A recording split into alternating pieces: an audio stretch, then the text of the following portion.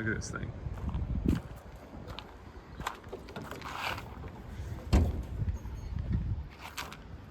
It's the 500.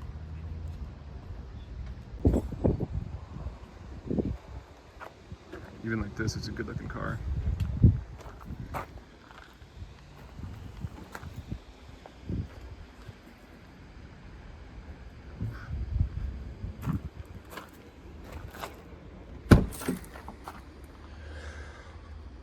Ouch.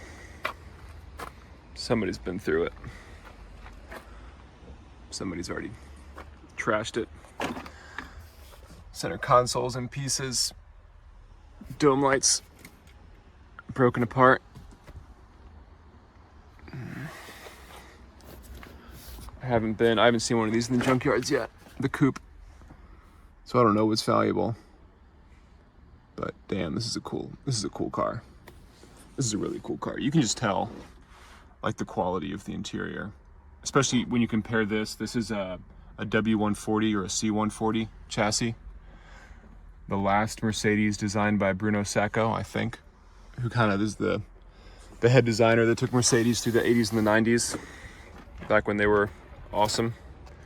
And now they design junk and just live off that reputation. At least that's my opinion. But anyway, this is the coupe version of that big sedan, and the interior finishes and everything are just, you can just tell they're so much better. They're built so much better than the ones they make today, just from sitting them in the junkyard. Yeah, you can just tell being in these, like if you sit in one of these in a W140 versus the W220, which is the next S-Class, you can just feel the difference in like the quality of the materials. I guess it just feels like thicker and nicer, heavier. Yeah, it's a bummer that somebody trashed this door. I just realized this is how these work. I didn't notice this. It's got a little button here. You push the button and that opens. Little like lined door panel compartment. That's really cool. Yeah, this thing is really sweet. This door is huge. Even with the messed up door panel, it still feels like a bank vault when you close it.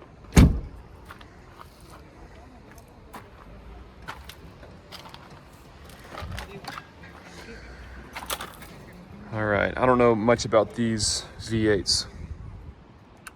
I definitely don't know what's valuable. I think I'm gonna go hop in the car, hop in the back seat, and browse eBay. All right, I'm in the back seat, barely fit. I'm a lanky guy though. It's just crazy to me that this is in the junkyard. You know, like you'd think cars like this would somehow be in like a specialty shop, or like somebody would want to pick this up. I mean, it's rusted out in the front. We're in Michigan, so I know it's got rust. It just still seems like so wasteful. Check out those C-pillars. Look how beefy those C-pillars are. That's crazy.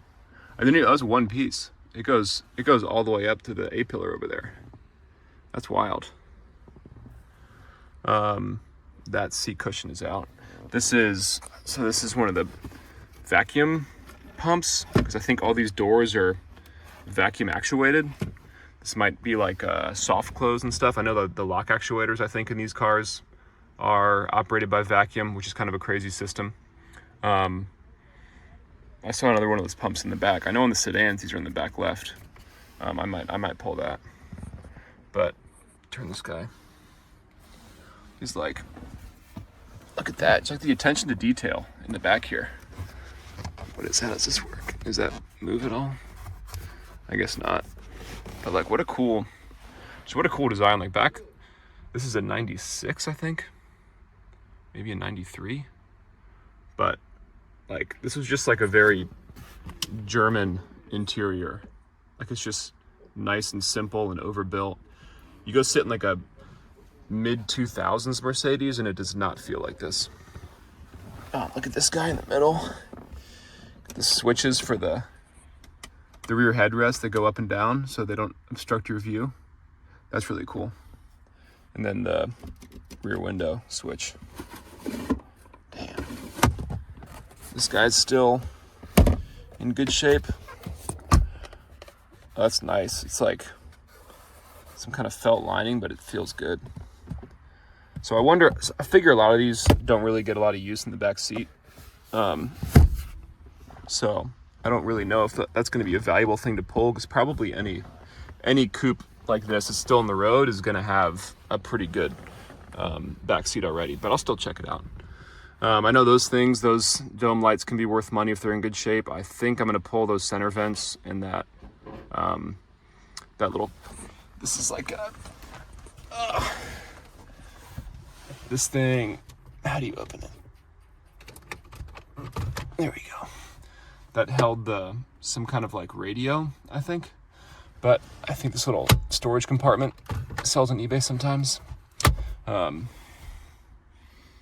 I'll let you guys know. I still got some more. Maybe some of the moonroof stuff. Like, check out this awesome glass moonroof. And it's got this, I don't want to touch it because my hands are dirty, but it's like a very nice material on the headliner.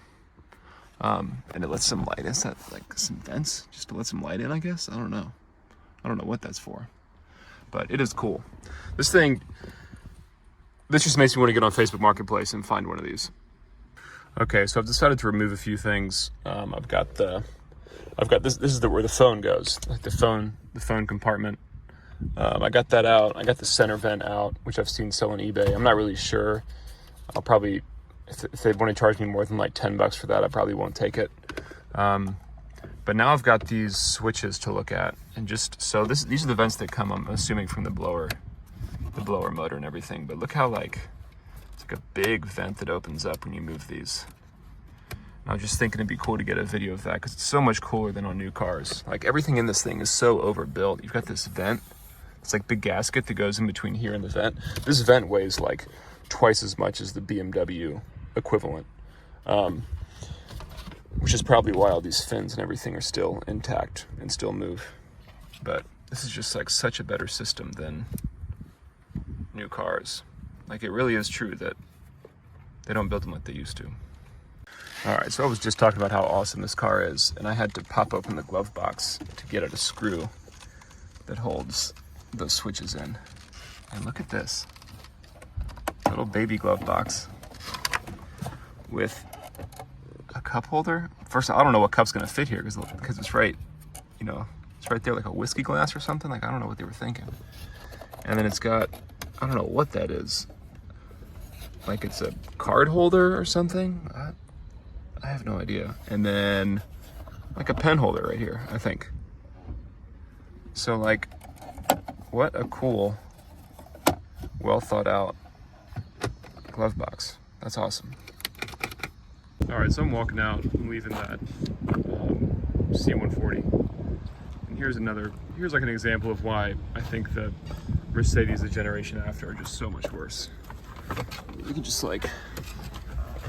tell you get in this thing. In 96, so that was a 96 S500 coupe. In 96, the difference between a Mercedes and like an American car was huge. Like, they were not comparable. This, if you took this Mercedes badge off, this could be like a Chevy Malibu, as far as I'm concerned. Like, which isn't to talk trash on Chevy, but it's like just they just approached building cars, like designing and building cars, totally differently then. And I don't know if it's worth having such a distinction between Mercedes and other brands now.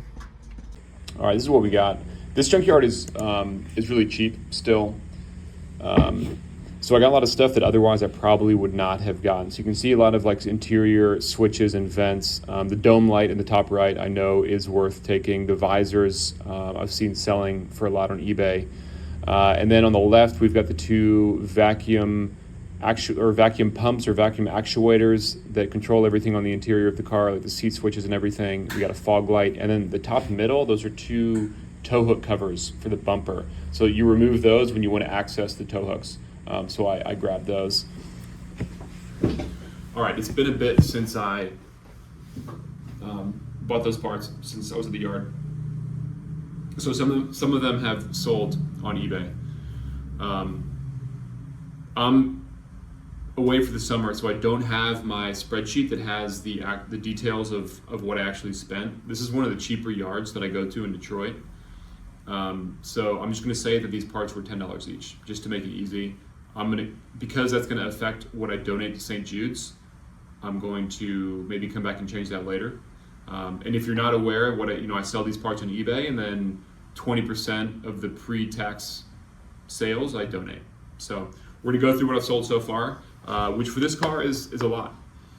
The first thing is the dome light. The dome light sold. Within like 2 days. Listed it for 65, or listed it for 60, and it went. My earnings on that are $43.30. So after shipping, taxes, and fees, $43.30. The next is the soft close pump. This is the vacuum pump that controls the doors and the soft close and the trunk, the soft close function. Sold that for $190. After taxes, fees, shipping, $128.85. So my earnings on that, $128.85. I got some feedback from that too. The guy is in England and said, installed the part, works great, thanks so much. No, sorry, from Germany. Installed the part, everything works great, thanks from Germany, which I really enjoyed, because that is why, like, when you walk into the junkyard and you see a cool car like this, it's not because I want it. I do want it, but it's also, that you just need to you need to connect the people that need these parts to keep their vintage cars or their cars on the road cheaply. And you see all these parts sitting there in the junkyard, and you're like, man, I know people want these parts, and if they just had the time to come out here and get them, that these parts would get used. But that's not how things work, and they're going to go to the crusher, and it's what a waste. So when I do pull apart and it sells, and I get feedback that it fixed an issue or kept the car on the road, I really, really enjoy that. So that was cool to get that feedback. The next part that sold was the other vacuum pump. Earnings on that, I listed it for $160. Looking back, I probably should have listed it for more. That sold pretty quick, and earnings on that was $111.50. So if you're taking notes, vacuum pumps, good to go. Vacuum pumps on these W140 Mercedes. So the Mercedes S-Class and S-Class, like derivatives from the very late 80s until the late 90s. So far so good. I've sold a lot of them. Next is the tow hook covers. So I grabbed the tow hook covers. I might have paid a couple dollars each, and I listed them for, I can't believe I even thought this, but I listed them for $80 each. And one day I was walking back from class, and I got like the eBay cha-ching, and I sold one of those bumper covers for $80, and it's exciting, because that's a lot of money for some bumper covers or tow hook covers. And then like 30 seconds later, the other one was bought. So I guess somebody came along and needed both tow hook covers, and he bought them. So I sold those for $80 each, and my earnings from that was $130.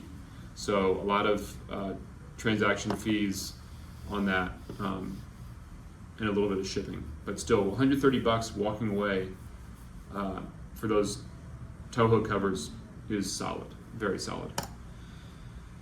The next one is the rear center vent, which I sold for $35. So my earnings after everything is $21. Probably won't pull those again, but it did pay for lunch, maybe paid for most of my gas. So I think I got lucky selling that. I think there are a lot of them on eBay, but still a good thing to sell. The next is the fog light. I sold the one good fog light from that car for $160. And the buyer paid $40 in VAT, which I think is value-added tax, which I think means he must be from England. I don't know where it went to. The international shipping hub in Illinois, so I don't know where the buyer was. But my earnings from that were $134.64, so almost $150 off a fog light, a used fog light. Awesome. I had these two sales recently, and I've been in California, so I wasn't able to fulfill them, and I had to cancel them. But somebody bought the amp for $88, and then I took the two chrome pieces, which I forgot to, when I took the video of all the parts, I forgot that I had left those in the trunk, but I also took the chrome pieces that are on top of the front bumper, and somebody bought one of those for $120. And that would have been a lot in shipping, but I would have walked away with 70 or 80 bucks for that, but I had to cancel it. So I'm gonna tally the numbers real quick. All right, quick math. $569.43 in earnings, minus $70 because I sold 7 items. $499.43 in total earnings. So 20% of that is $99.87. So we'll do 20% to St. Jude's right here. Had I been back home and able to ship out that amp and that bumper trim, I'm guessing that it would have been $729. I'm guessing like $160 in additional earnings, and then minus $90 because we sold 2 more parts. So that would have brought my earnings from $499 to $639. So if we just think about that, $639 in earnings from a day at the yard, not even, because I was at that car for 2 hours taking my time. And there's a ton of stuff I left on there, like the math, all the stuff on the interior. If I had space, I could have taken those seats. I mean, somebody somewhere is going to have that car in really good shape and a busted passenger door panel, and they really need that door panel to make the car complete, and they'd be willing to pay for it. And what I'm trying to get at is, like, I hope that somebody watching these videos is thinking, I need to go buy a complete car and part it out in my backyard. Because that's what I'm thinking. If I had time, like if I could go back to when I was a high schooler and I was, a lifeguard, I wouldn't not be a lifeguard, but I would take my free time and I would go find a car like this, and I would find a place to put it. And I did this a little bit in high school and in college, but I would list stuff on Craigslist, and because I'm old, and now that'd be like Facebook Marketplace. And now I'm thinking, man, what if I didn't mess with the forums, if I didn't mess with Facebook Marketplace, I just said, I'm going to spend 5 hours a day going through and putting stuff on eBay. And by the end of the summer, I will have 300 listings from this one car. Because this junkyard is going to be buying this car for $1,500 or less. And the catalytic converters, if they're original catalytic converters, they're worth, I don't know what the market is right now, but on some of the BMWs I've parted out, I got $700 for the catalytic converters.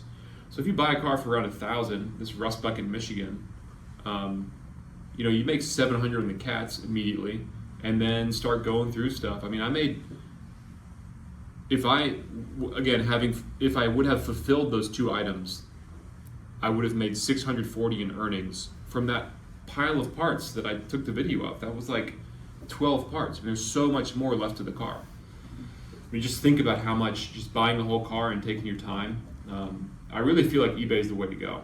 I'm not sponsored by eBay yet. eBay, look how many subscribers I have.